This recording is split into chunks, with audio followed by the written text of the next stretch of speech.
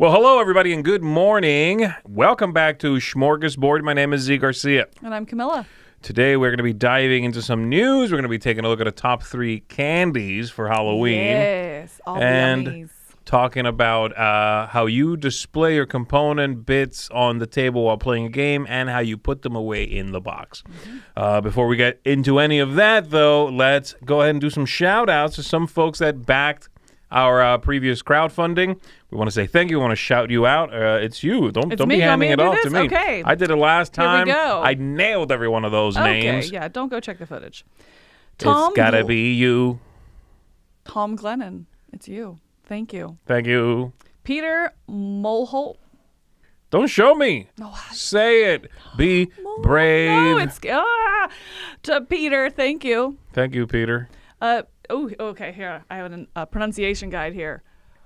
Cotronio. Still mess it up. Jim Cotronio. I'm still doing better at the Tom though, right? Plead the fifth. The Bailey family. Thank you to the Bailey family. Samuel Carey. Thank you. We know him from Dice Tower East and the Retreat, I believe. Yeah. So yeah. Yeah. JW, Germa, Nor, Len, and Florian from the Netherlands. That's everybody in the Netherlands. All of them. Basically, So thank that's you, like Netherlands. 4 people in the Netherlands. Thank you. And then Matthew from Slovakia. Slovakia? Slovakia. Yes. That's pretty good. Thank you, everybody. Guys, very much. All right, folks. As you can tell, Tom is not here today. He is off at Simon Expo. Do they call it Simon Expo? They used to. I believe so. That's all I've heard it called, but of course I've only really heard of it in the office. Yeah, here. so Simon Expo used to be in Georgia. And now it's, that's where they had headquarters there, or have. Maybe they still do. I don't know. But now they're doing it in another part where they've had headquarters for a long time, and that is halfway across the world in Thailand, if I'm not mistaken. Right. So how long has it been in Thailand? When was that moved? Do you know? They've been there for a long time. Like, they've had headquarters there for a long time. Yeah. How long's the expo been there? I don't know. Okay. I don't know. Yeah. Because I've only ever known it in Thailand, so I wasn't sure if it was like after the pandemic, if they switched or something like that. Maybe. Anyway, we went to the Simon Expo in I think it was Atlanta. Okay. A couple of times. So cool. I was here, so it's been a few years. So it's been the last 10 years. Yeah. It switched. Interesting. All right, everybody, let's go ahead and jump into some news.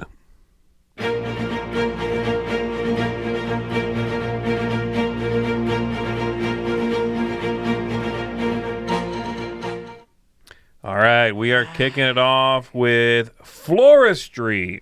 Floristry is a game that's from a company called Up Games, but the piece of news here more specifically is that Asmodee USA has been selected as the exclusive distributing partner for Uncommons Publishing. So they announced this distribution partnership with Up Games, and they're bringing the studio's first release, Floristry here, to all sales channels, taking it into hobby distribution, into specialty mass market toy retailers, that sort of thing. So Up Games here is a new studio that is founded by David Gordon and Tam, and these are the co-designers of Monkey Palace. Okay, Monkey Palace is that Lego game one that just came out not very long ago. I've been hearing a lot of good things about that. So that's the idea. The studio here aims to expand the board game audience by publishing easy-to-learn and accessible games for all ages. So there you go. That's what the news is for this one, and it is with Asmodee as the exclusive distributor. Floristry here will be available to players through all major retail channels starting in March 2025, marking the beginning of this exciting collaboration between Up Games and Asmodee. This will be interesting, too, because these two designers on when they did Monkey Palace, it's surprisingly more thinky than you would expect. You go in like kind of thinking you're going to play with Legos, right? And that's not the case. It's a very thinky, not quite mathematical, but tactical game. So it'll be interesting to see what their take on a quick 2-player game is and see kind of, I don't know, the design space that they have together. So I'm excited. All right, next up, Faking It, which is one of the games from Jackbox Games. Well, they're making a real physical version of this. And this one is coming to Amazon, apparently. I guess they're distributing through Amazon November 1st, 2024. So basically tomorrow. Fans of this social deduction party game can now play on offline, of course. And there's even a Faking It All Night Long, which is an adult 17-plus version of the game. So you got Faking It on the one side, the All Night Long edition on the other side. I'm assuming just like a After Dark type version of the game. So the way the game works is, and I'm assuming it's the same in the Jackbox game. I haven't played this one, actually. You haven't. I haven't played this one, no. Either. So there's a card with a task that's written on it, and it's passed around the group. But one player's secret wallet won't reveal what the card says. They have to fake what, they have to, they don't get to see the thing, so they got to fake it in order to make it to the next round and score points. So it's one of those things where everybody's card says whatever, but one person didn't see it, so they have to blend in. Which we've played something similar that's a word, like everyone knows a word except for one person, kind of thing. So a very similar thing. Okay. And they are different categories. So categories are hands of truth. Players must either raise their hand up or keep their hand down. Number pressure. Raise a certain number of fingers between 1 and 10. You got a point. Point at another player or even yourself. I'm guessing based on what it says, right? Like the tallest, the goofiest. I don't know. It'll say something Face like that. value. Make a facial expression. Text you up. Each player must answer the question on their card out loud truthfully. Okay. So it's like we just played a party game very similar to this where it was an answer between 1 and 10. Yeah. And then we would all shout it at the same time. And that one we shouted it out. And then somebody had to figure out what the question was. Oh, that's right. Yeah. What was that called? So this sounds dumb questions to ask your friends. That's it, yeah. Yeah. This one sounds a little bit similar to that. Did it say it was going straight to Amazon? It is going to be on Amazon apparently tomorrow. That's really interesting. Coming to Amazon November 1st, 2024. That's very specific. It's it's coming to Amazon, not because retails, Target, anything. It's to Amazon. I'm assuming it's because it is from Jackbox Games is publishing a game for the first time too, like a card game basically.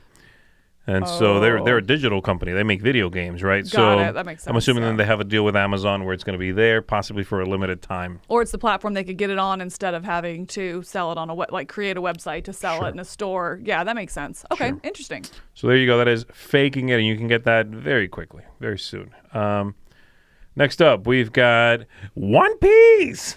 I always say that, even though it's One Punch. It's One Punch.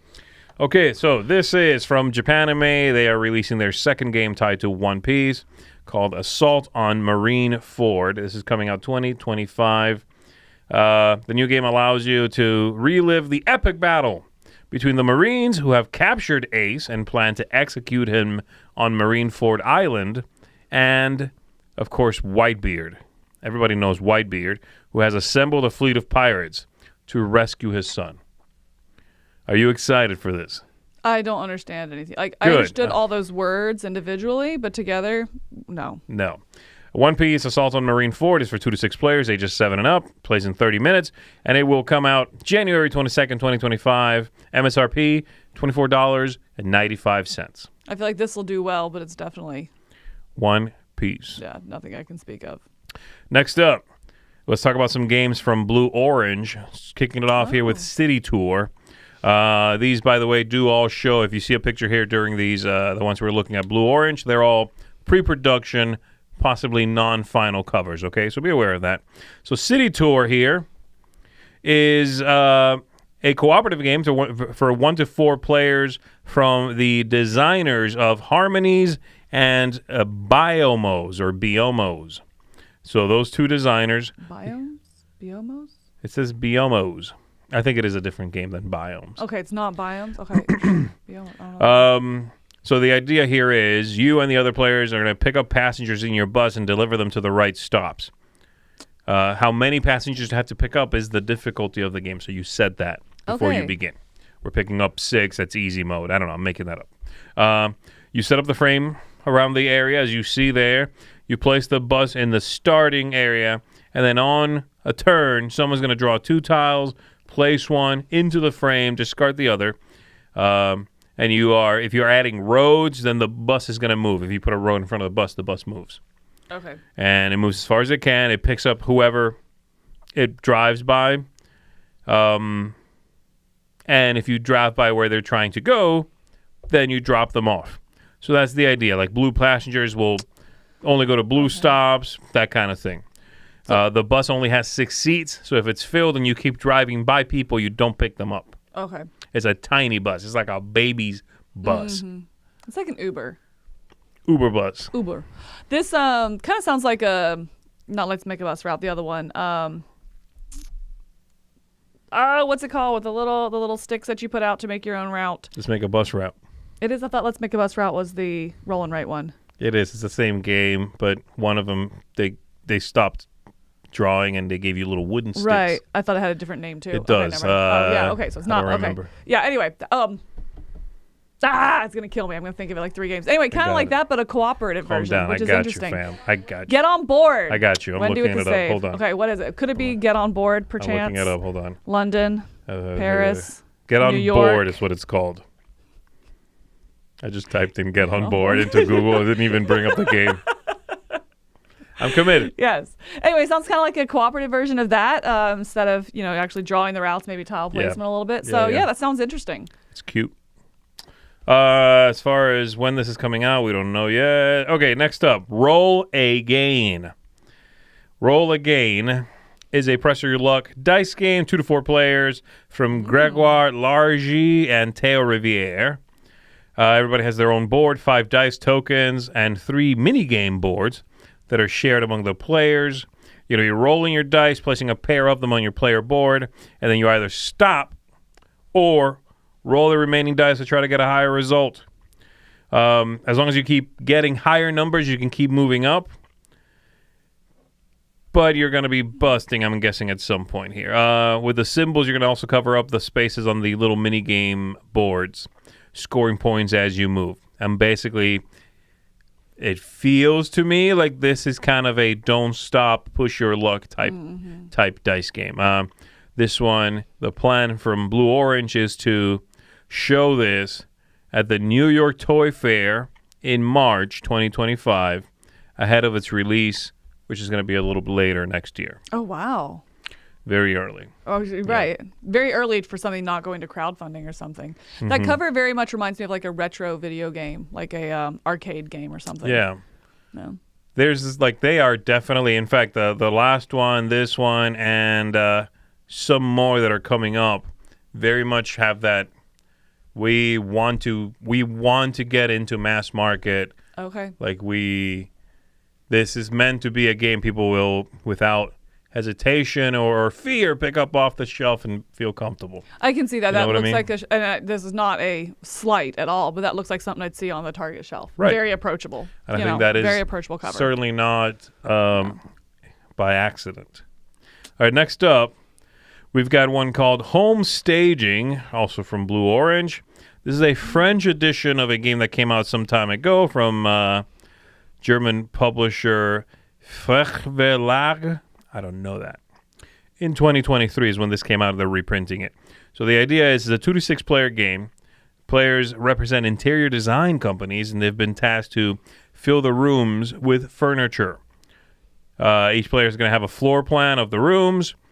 There's sets of cards for each room, and each card shows one piece of furniture. You take turns flipping over one of the cards, choosing one of the shapes shown, and then everybody has to draw that piece of furniture into their plan. So it's one of those bingo-esque ones. Yeah. Where like you do a thing, someone selects a thing, everybody uses that shape or that number or that whatever. Yeah. I have to say I'm not really loving the look of this one.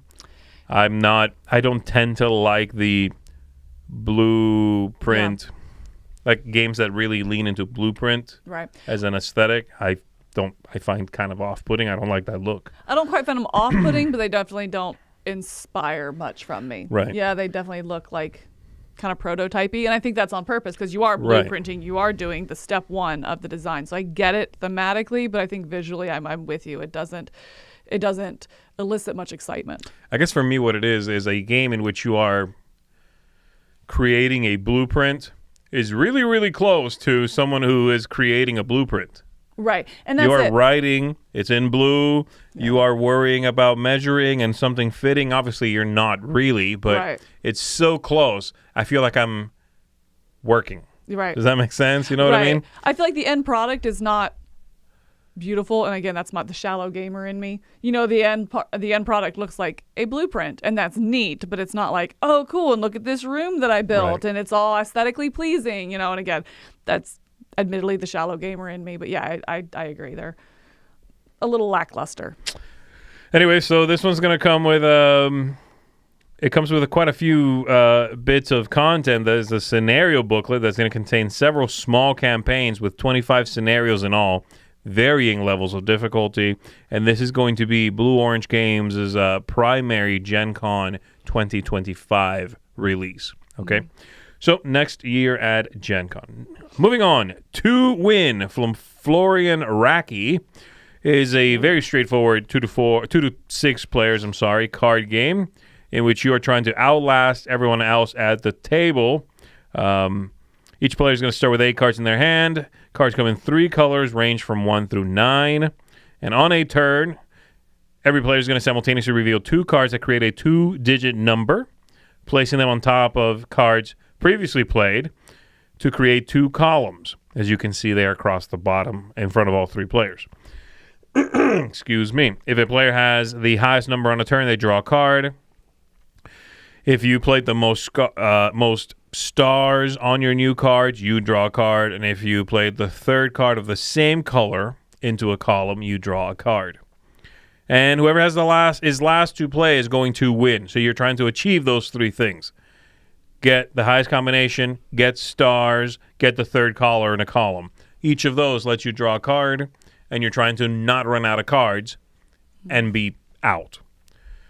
Again, screams to me target Very shelf. much so. Very much so. Excuse me. I don't know. This is one I'd have to kind of see in motion to understand, really. Right. It looks very simple. It looks like cards with numbers kind of game. A couple colors, a couple of ideas there. But, this one's tricky to sort of put my finger on. I'll try it. This one is, like I said, also from Blue Orange Games, and the plan here is to feature it at the New York Toy Fair 2025 as well. Okay. All right. Next up, we've got one more from Blue Orange Games here. This one is an interesting sounding one. It's called $20 for That. And it's kind of like The Price is Right. Kind of. It's like halfway to that. The idea being this is for 3 to 7 players. Okay, so each round, players are going to be presented with a combination of a couple of cards, like an adjective and a noun. Okay. So like rusted bicycle or something. Okay. And then everybody's going to estimate the value of that thing by writing down an amount. In this case, I guess there on their boards, it looks like it's in euros, but we'll do it in dollars. As Americans, we'll do it in dollars. So you write down what you think it's going to be. They are all revealed. They are placed out, and you are trying to be in the middle of the pack. Your goal is to be as near the center as possible.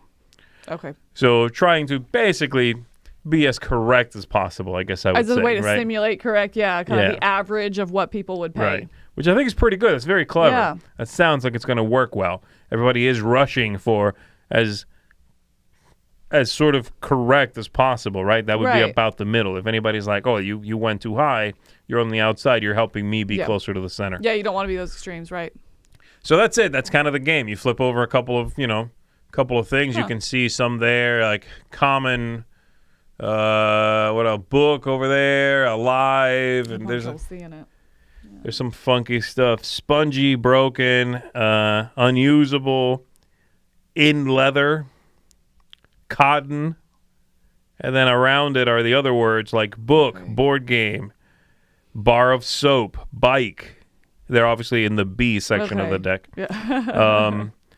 But yeah, it could be like broken book in leather could be a thing.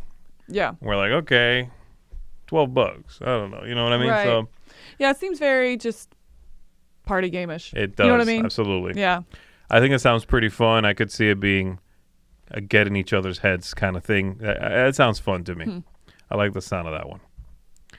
All right, one more. Cakezilla. Cakezilla here is Still blue-orange? still blue-orange. Wow. This one's for kids, though.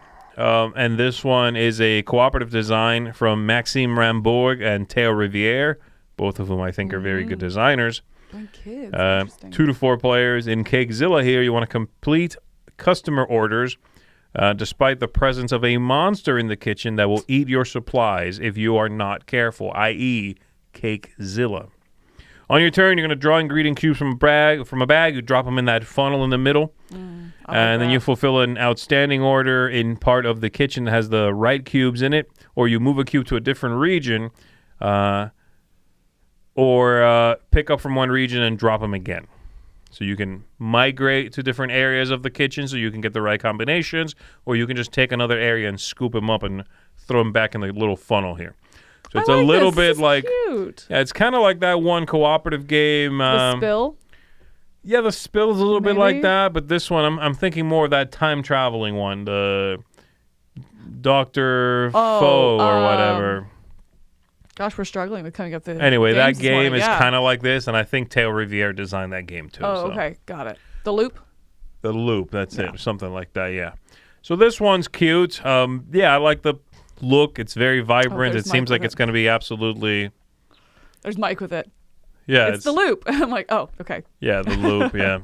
But again, I think some of the designers are the same people. Yeah, it looks super cute. Yeah, I think it's going to be one of those games that kids are going to enjoy the tactile nature of it. Throwing cubes into that thing and having them Yeah. spill out is going to be entertaining. I think that really, yeah, Noisy. that's a gimmick that works on me. I can only Right. imagine on a kid, Right. you know? Like, Exactly. right. So there you go. That is the way that goes.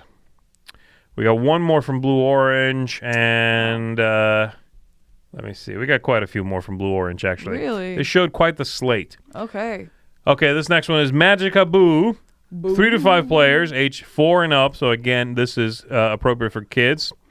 What is the boo? Are those teeth? They are eyes. I see it. You see it now? There you go. The one has like something out of the top. It makes it look like a tooth. There's a From far little away. eyebrow dipping in again. Oh, okay. Let's go okay, with I that. can't see that. Sure.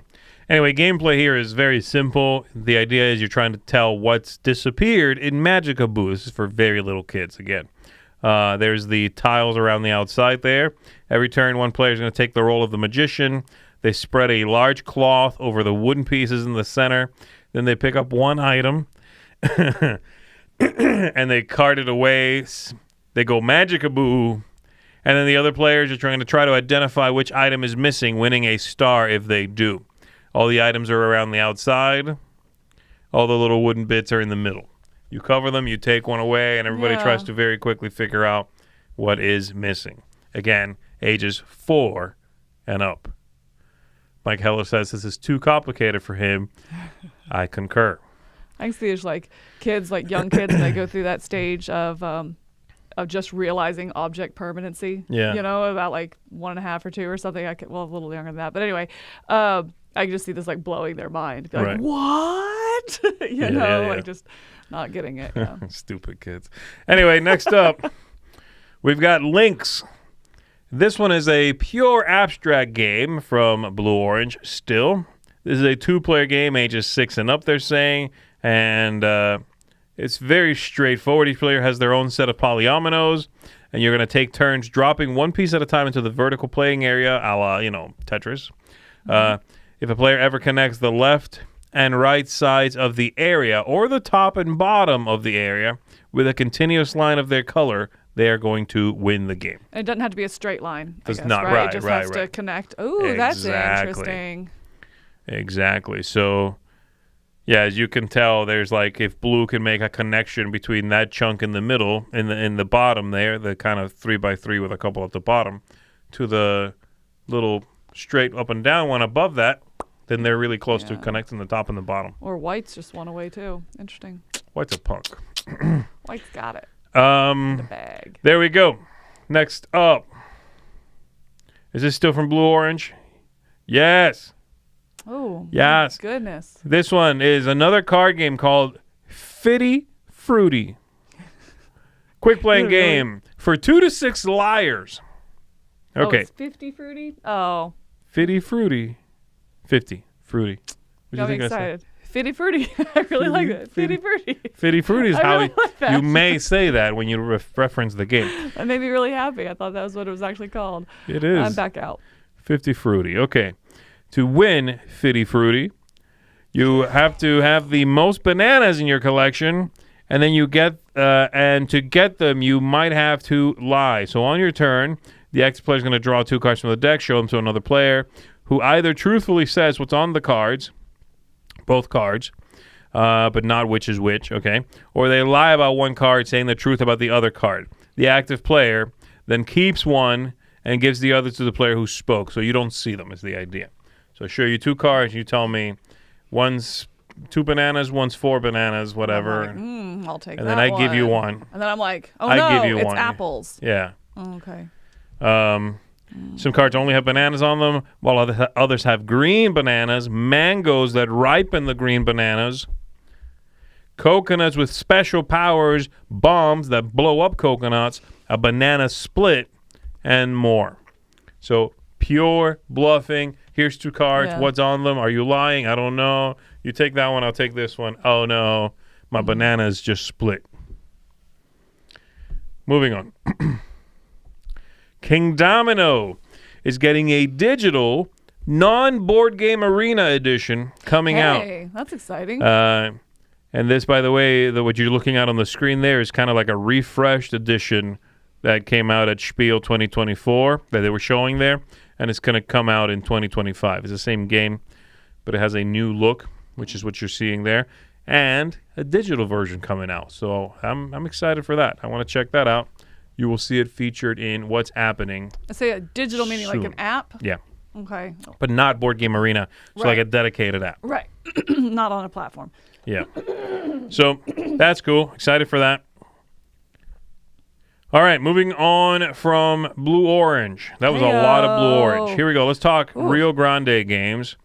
This is a new edition of History of the World. So History of the World is a game from yesteryear. This came out in 1991 from the Ragnar brothers, which is 3 people. They're not all brothers, I think. Don't worry about it. So, yeah, back in 1991, it came out originally from them. Then it was republished a few times from Avalon Hill.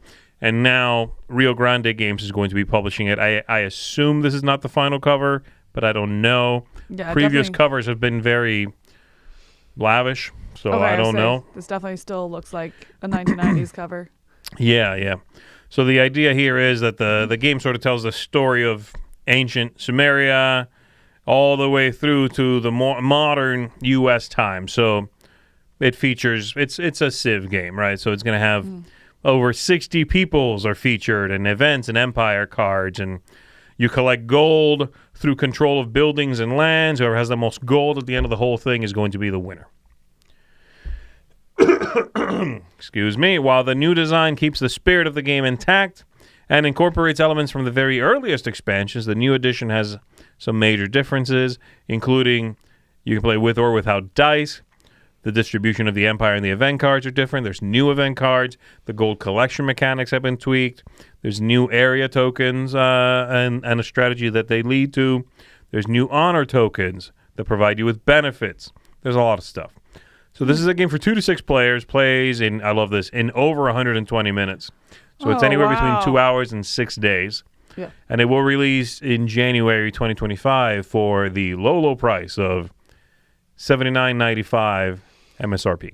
Yeah, I definitely hope that's not the final cover, because that's going to be a hard price point to sell with that cover. And it's going to sell to people that know the original, unfortunately, with that cover. That's what I think. Yeah, you have to know the original to get in at that price point, looking like that, yeah. Yeah. All right, we got The Last of Us board game. A company called Themeborn is going to be releasing The Last of Us Escape the Dark, which is obviously based on the video game. And they're utilizing something I'm not aware of called the Escape the Dark game system. I haven't heard of that. Okay. The Escape the Dark game system, I'm not sure what that is, but this game is going to feature that. It's 1 to 5 players. They follow characters from the video game as they journey from a quarantine zone to Jackson, using crafting and weapon upgrades via dice and item cards to avoid challenges. I'm guessing it's like the other game is Escape the Dark. I'm guessing is the one that has the Escape the Dark game system. Okay.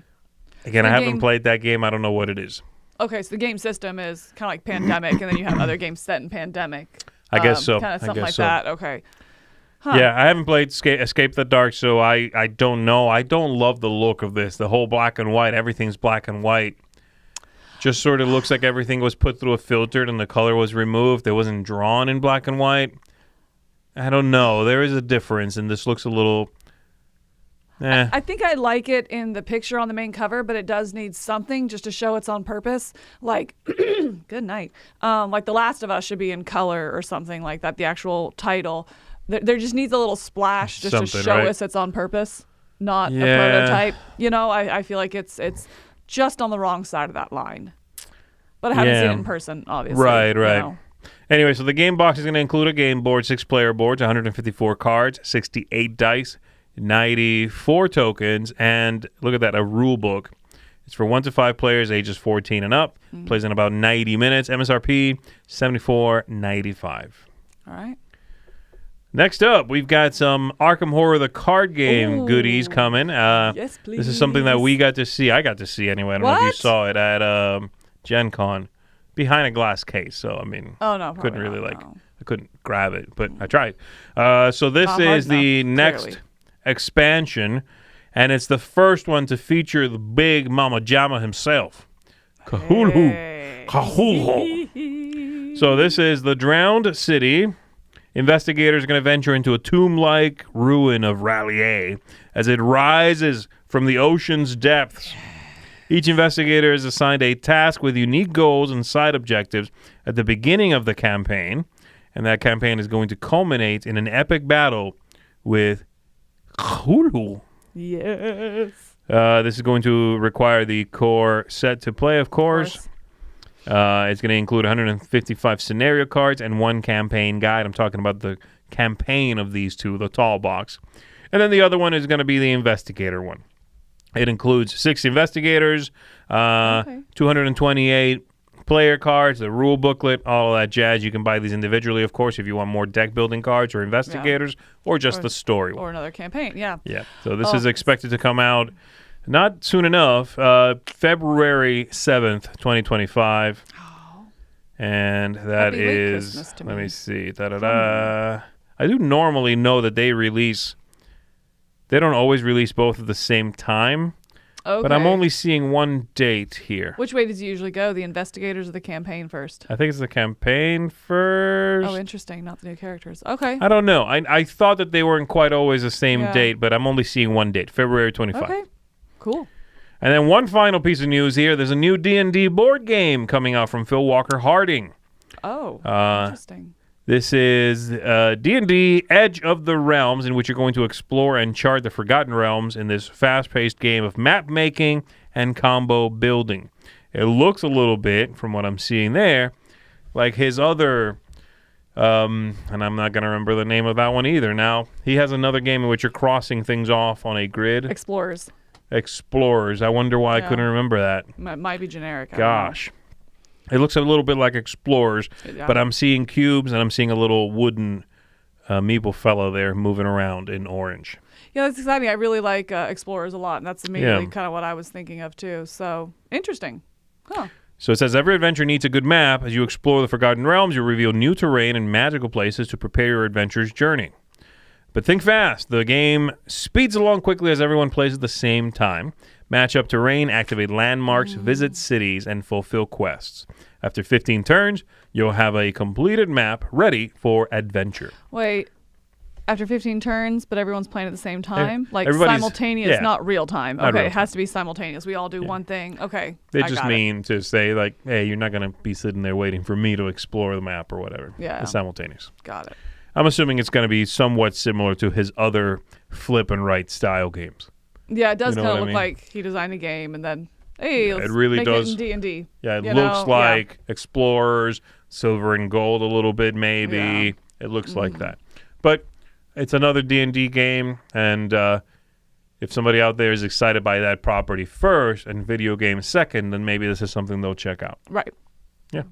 And that is going to do it for the news, everybody. Let's move on.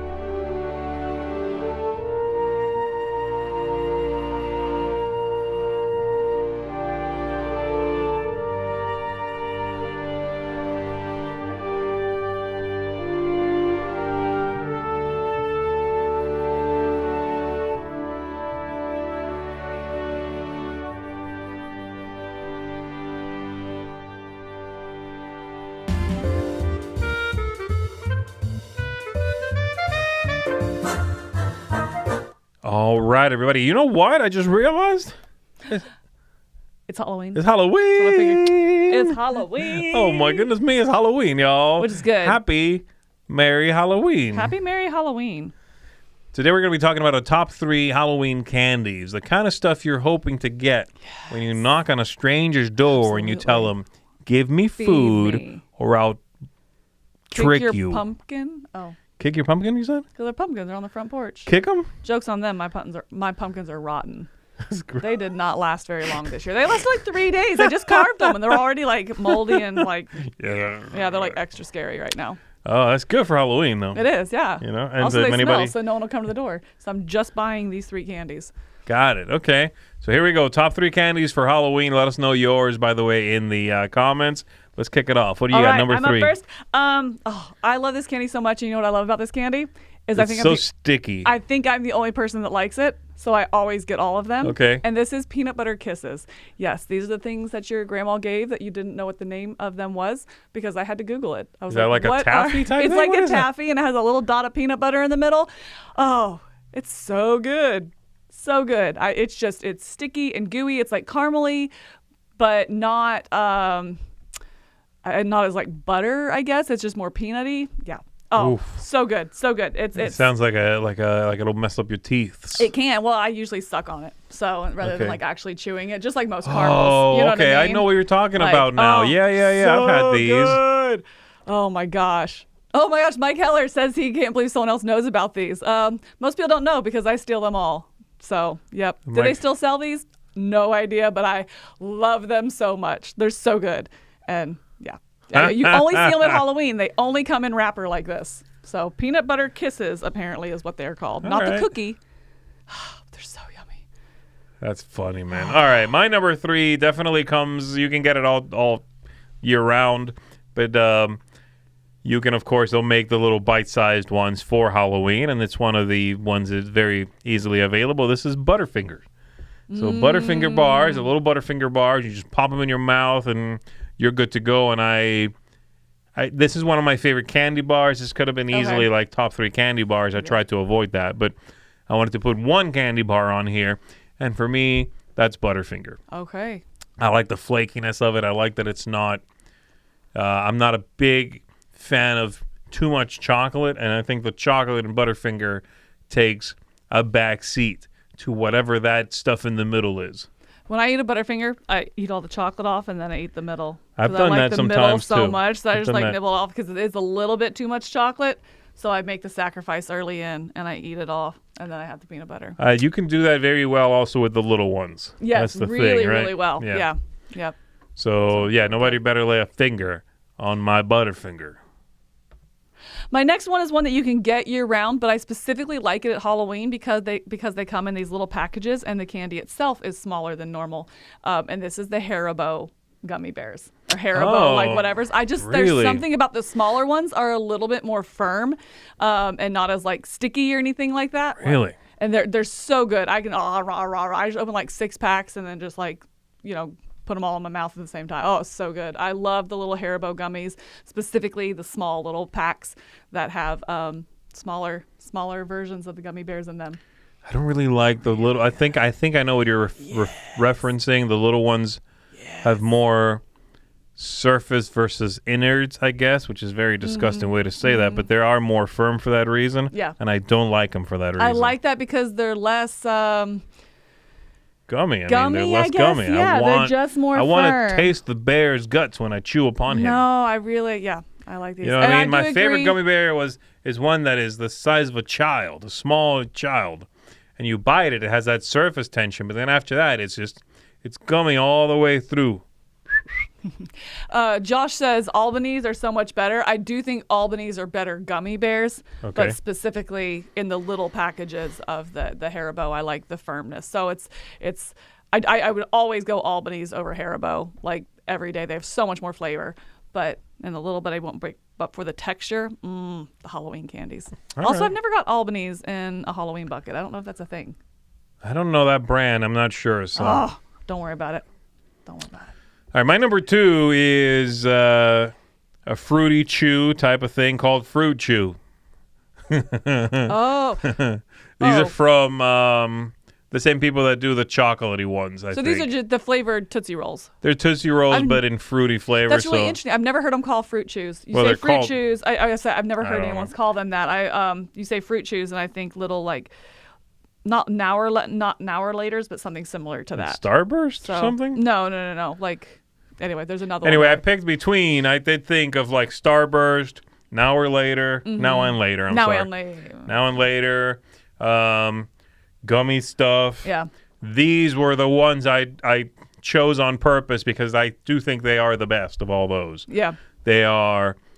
They seem a little less firm than like a Now and Later. Those are a little bit of they're filler buster. You Those know what are I mean? rough. My jaw always hurts. Yeah, after those. so yeah. those are a little tough.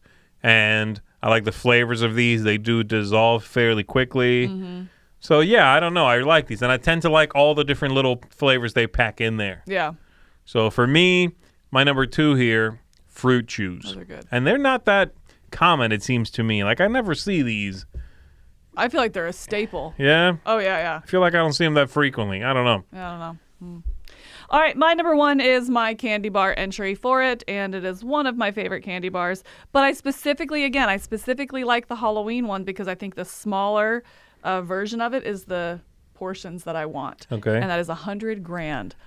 I love 100 grand. I can't eat like a big whole one, but the caramel in the middle and the crunch, it's just a perfect blend. I feel like the crunch breaks the chocolate up quite a bit. And yeah. Are those like it's- little Rice Krispie treat looking They things? are, yeah. I don't think I've ever had this Oh candy my gosh, bar. it's so good. Yeah. So Okay. love it. Well, for me, my number 1 is the one it's one that is very much Halloween. Mm-hmm. And it is one of the ones that made it like on every list. I was looking up Halloween. Reese's. I was looking Halloween candies up on the computer, and it's on every list ever that lists the top 10 worst Halloween candies. Oh. Ooh. And that's like, there's a few entries, Yeah. right? Smarties, that I ain't was going to it. say, if you said Smarties, I love Smarties. No, I'm in the minority Smarties, I there. do not like Smarties. Circus Peanuts are awful. Yeah, those are bad. No, it's the ubiquitous candy corn. My number 1 is candy corn. Candy corn. Yeah, and you can do the candy corn, or you can do the little pumpkin Wow. fellas. Little You pumpkin. don't have a preference between the two? I think I prefer candy corn. I do as well. Yeah. In this case, I like that there is Yeah. more surface to guts. Yes, You know what I mean? I do, but I feel like you're making fun of me. So No, I'm just I'm gonna not. roll with it. No, candy corn and these colors too, like this flavor, not the chocolate ones. Okay. Yeah, s- you can't do those at all. The chocolate They're ones, you awful. keep that for the 100 grand. I want these. Yeah. And I'll only ever have a handful during Halloween. That's the thing, right? Like, Yeah. whereas Butterfinger, I'm not really having Butterfinger, but I could see myself having one whenever. Is Right, my right. point. You would This get would be one. weird any other time of year. That would be. But I would during that judge time you. of year, absolutely Have you had the candy corn flavored M&Ms? no. They are the best M&Ms I've ever had because they have the typical shell, and then it's the white chocolate in the middle, and the white chocolate tastes like this candy corn. They are so good. so very good. Interesting. They're my favorite M&Ms. Yeah, let's see what people are saying here. So someone else said bit of honey. It almost made my list. I'm surprised that wasn't on your list. You like it, right? Because I do, but I feel like if you get it trick or treating, then a lot of times the humidity gets to it and it gets soggy. So I love bit of honey, but not specifically as a Halloween candy. So I discount bit of honey is in one of my top 3. Mike Heller said he's with me on the candy corn. I think that's what it sounds like. Necco wafers are another one that I am not. You don't like that. Not a fan. Yeah. Jason there says they're great if you love the taste of sidewalk chalk. I get it. Not for me. I feel the same way about those little ones, the ones you said you like. The Smarties? Yeah, the pills, yeah. I feel like they have a little more tart to them, and so they have some personality with that. What's interesting is neither of us put Reese's, and that's like that's the top of every list. I just feel like they're super overrated, and they're just, again, I don't love chocolate and I don't love peanut butter. Put those 2 things together and they're still just fine. I like peanut butter just fine. I don't want that much chocolate. I feel like I have one of those little Reese's cups, not like a full size, like one of the little Halloween size one, and I'm good. Reese's Pieces? No, Reese's Pieces is like the M&M kind of looking candy. The Reese's cups, the smaller ones. What's the pronunciation of that, by the way? I know it's Reese's, but that's not how I grew up saying it. Is it Reese's? Is it supposed to be Reese's Pieces, or Reese's Pieces? It's not Reese's Pieces. It's not Reese's.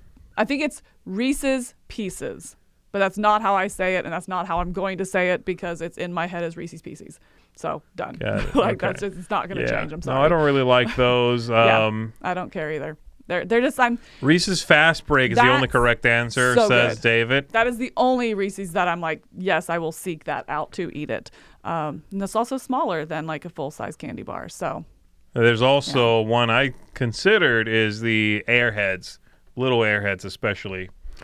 They're individually wrapped, so you don't have to worry about gunkiness, and then they're a good, fun kind of chew. They're just kind of like really sweet. They're sort of like, oh gosh, my teeth, I can feel them dying. I get over them really quick. I enjoy one, but by 2, I'm like, I'm good with that.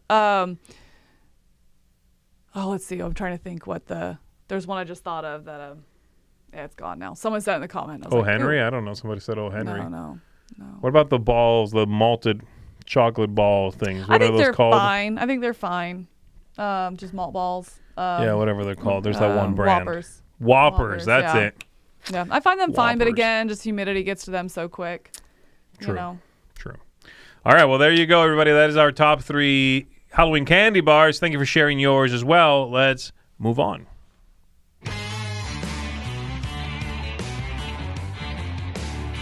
Hey folks, welcome back to another Gateway Corner right here on Smorgasbord on the Dice Tower. Thank you for joining us. We certainly appreciate your time and effort being here. Normally what we do here is I try to push you towards games that have worked well for me in the past in gateway type situations. You know what I mean. You have a coworker over and you want to introduce them to gaming in some way, shape, or form, and well, I like to give you some pointers on games that have worked well in those kinds of situations for me in the past.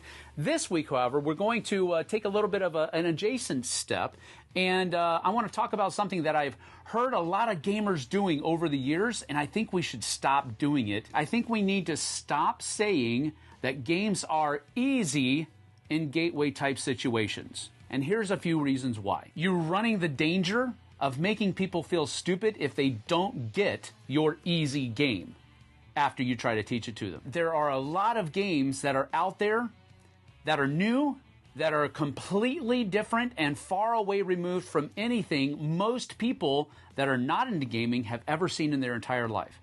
And so when you plop a game down in front of them and you say, this is an easy game, and then a few rounds into it, they're still not getting it, well, now you've made that person feel stupid for not understanding your easy game. The second reason why, it kind of piggybacks on that first reason, and that is that people process information differently than you do, or the next person, or the person after that.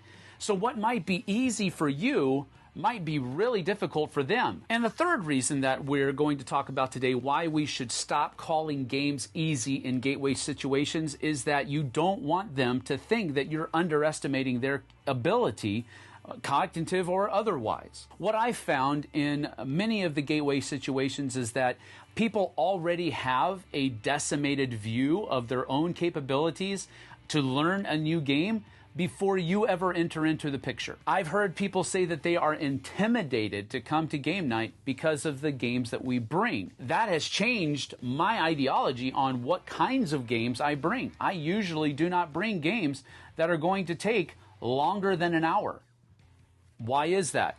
Because it's intimidating for somebody to say, hey, how long does this game take? And you say 2 hours. They're looking at their watch and looking for the door. Understand, what I'm trying to do is I'm trying to help you lessen the amount of hurdles you have to jump over to get these people to enjoy games. What I've usually found in situations like this is that people are much, much, much more capable to handle and understand these games than they will give themselves credit for. So we don't need to add any more hurdles there. To recap from this episode, we need to simply stop saying that games are easy when we are in gateway type situations. Why? It could make people feel stupid if they don't understand the game after you've taught it to them. People process information differently. What might be easy for you is not necessarily easy for them. Most people's own personal view of themselves is really low. They're often much more capable than they will think that they are, and we need to encourage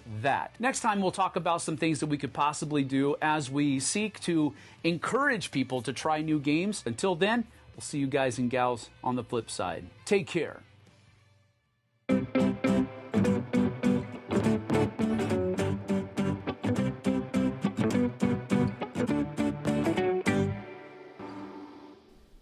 All right, everybody. So today we're going to be talking about how you store your bits for your game back in that box and how you set them up for the table to enjoy. Mm-hmm. And if that thing pulls double duty, or if you like to have your own dedicated thing for when the game comes out of the box. I'll tell you, for our library here, a lot of what you're going to find is these. Mm-hmm. And these are branded to us, but they've been made before by other companies.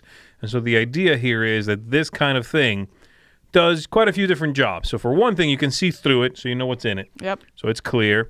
It'll store bits. It's got a good amount of stuff for a singular type of bit normally. Mm-hmm. And you can use this as a tray, as a display. If you crack open the top there and the bits can sit in it, you can pull from there. So you can open this and put it right on the table. You can play right out of it. Right. And I think, like, one thing you said is it's clear so you can see what's in it. I also like that it's clear because it doesn't mismatch any theme. You know what I mean? Like, sure. If you do care about theme like I do, it just comes out and it goes out and it just, you still see the board. It just kind of, if they are going on the board, for example, right. You know, like I could see myself using it. Lost Ruins of Arnak, for example, you know, has sure. the coins and I can just go right there on the board and it's not taken away from the aesthetics of the board. Yeah. So I think they're good for that. They are a little bulky, I think. So if you have a game that has a lot of different bits, sometimes you'll have a hard time fitting it back into right. the box if right. you go solely with those. Yeah, so you have to kind of keep that in mind, the size of the box. For me personally, I am not that much of a fan of something that pulls double duty. I have it in a few games, mm-hmm. but I'm okay with this is usually what I tend to go with. It's just put it in a bag, and then it comes out of this, and it goes into mm-hmm. something that I have on the table. A wooden bowl is what I happen to have, a set of wooden bowls now, and that's how they are utilized on the table. Yeah. Sometimes I'll even just spill it. If it's a particularly small pile, I'll spill that and just make sure they're huddled up. Right. But yeah, I like the bowls. They're a little more luxurious. They enhanced my play session a little bit more. I know some people don't care about that, and I'm curious to hear if you're. I know some people use those cupcake things. I find them they're too deep.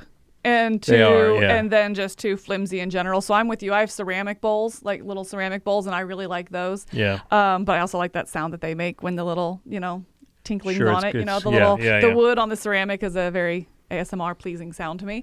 So I'm with you. If I don't have an insert that kind of does this duty right here of an insert that I pull out and gets it to the table quicker. If I don't have that, then I'm typically in bags, and I have those organized. So I open the bag and I dump it into my bowls. Right. And that's my go-to preferred way. If I don't have an insert, which is my favorite way, but expensive way and doesn't fit every game. Right. And then besides this, which I think is very, square, it fits easily in just about everything. The sides aren't quite perfectly square, but it's close enough where you can stack them kind of next to each other. There's a couple of other things we've got here that attempt the same thing. I personally find them more problematic because they start to get real creative with the shapes. So like this over here is a 3D printed thing. It holds the bits in there. It has a sci-fi-ish look to it a little bit.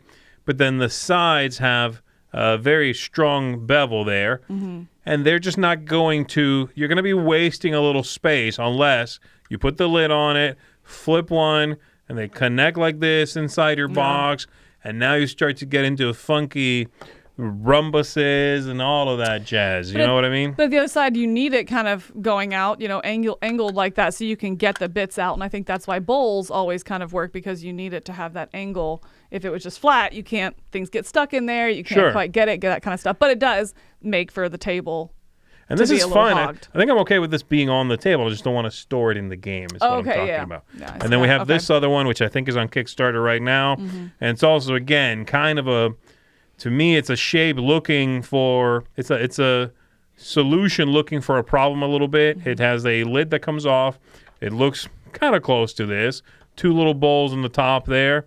And then this opens up like that. I always have a hard time getting it open. And there's 2 more in here with a mechanism at the bottom with some teeth so that they can close again. The problem I have with this one is, well, the shape is not that useful. You know what I mean? This sort of diamond shape.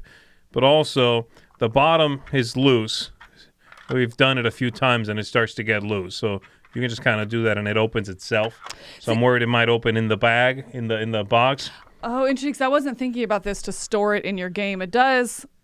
Or you're thinking of like as a display? It's just kind of, instead of grabbing the bowls, you grab this. It's kind of what I was thinking of it for. Yeah. I don't really like the 2-layer or the 2-level thing. I think I would love for the top to just be twice, like exist twice. Yes. Give me these 2 things that then stack. The twisting thing just seems like something that might break. You can't quite, once it's open, there's like a little space in there. You can't quite get it. I also can't open it for crap. Okay, there it is. But it's got that little lip there. Like, yes, if this was just 2 and they stacked really well, I think that maybe it would be a good storage solution for a box where they either stack on top of each other or you print yourself off some tops for it to cap the top one off.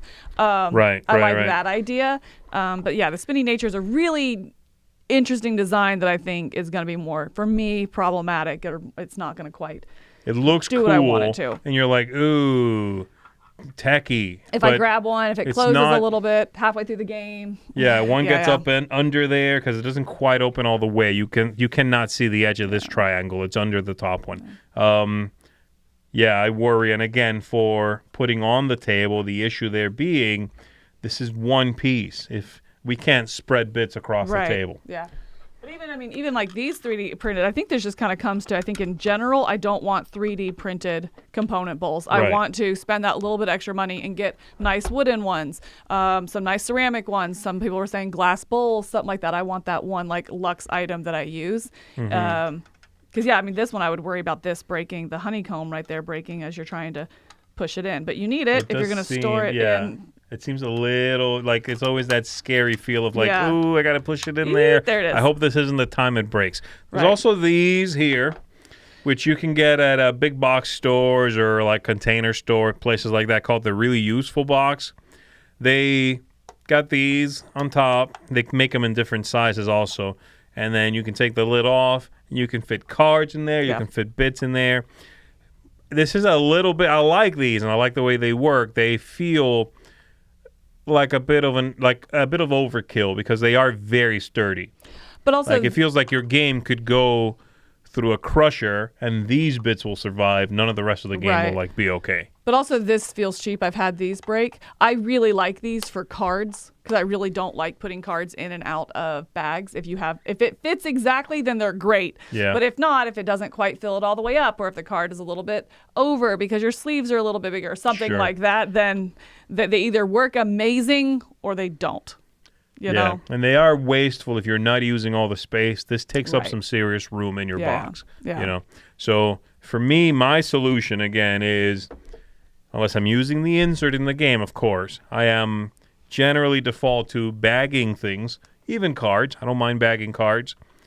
And then Everything comes out of these bags and they go into my own bowls. And again, wooden bowls. I tend to like those better.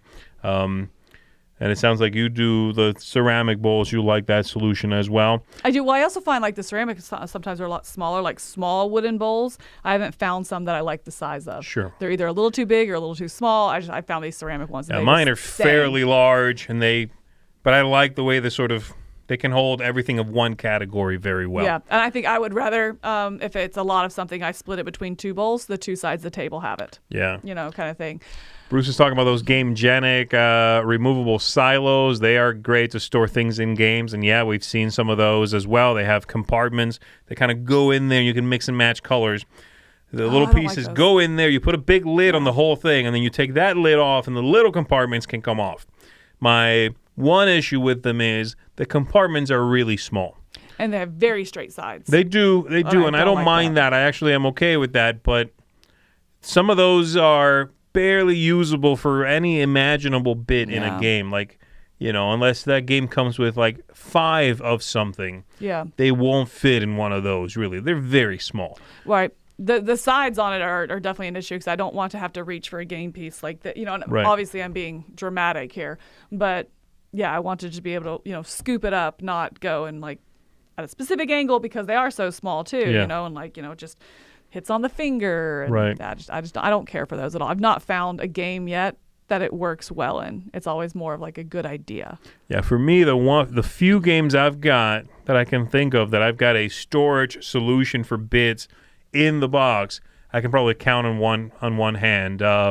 Mike Heller just mentioned one actually that I do the same thing with, and that's Marvel United, where my Marvel United core box, it has an insert in there from Go 7 Gaming, RIP, and it's got the different bits are sort of in a, you remove the lid from that wooden laminate whatever thing, and then it has the different compartments in there. I like that. Mm-hmm. I have a couple of games that do that, but it's really rare for me. Interesting.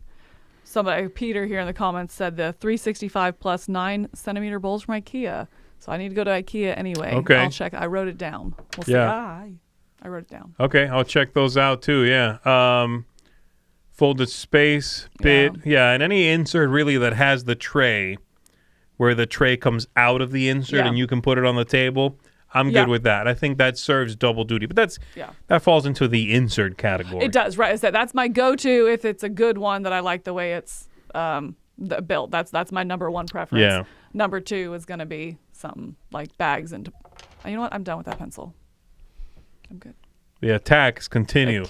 Done. All right, everybody. That's going to do it for our discussion here today. Thank you very much for tuning in and checking all of this out with us, and for your thoughts in the comments as well about both storage and displays of games and candy. All important. So that's going to do it. We're going to be back later this afternoon. In 4 hours, we're going to be back. That too, yeah. Talking about the top 10 games that begin with the letter D. D. So that'll be live. We, of course, have videos and other things going up throughout the week, but we're going to get out of here. Thank you very much for tuning in and checking this out with us. My name is Z. And I'm Camilla. Catch you on the next one. Happy Halloween!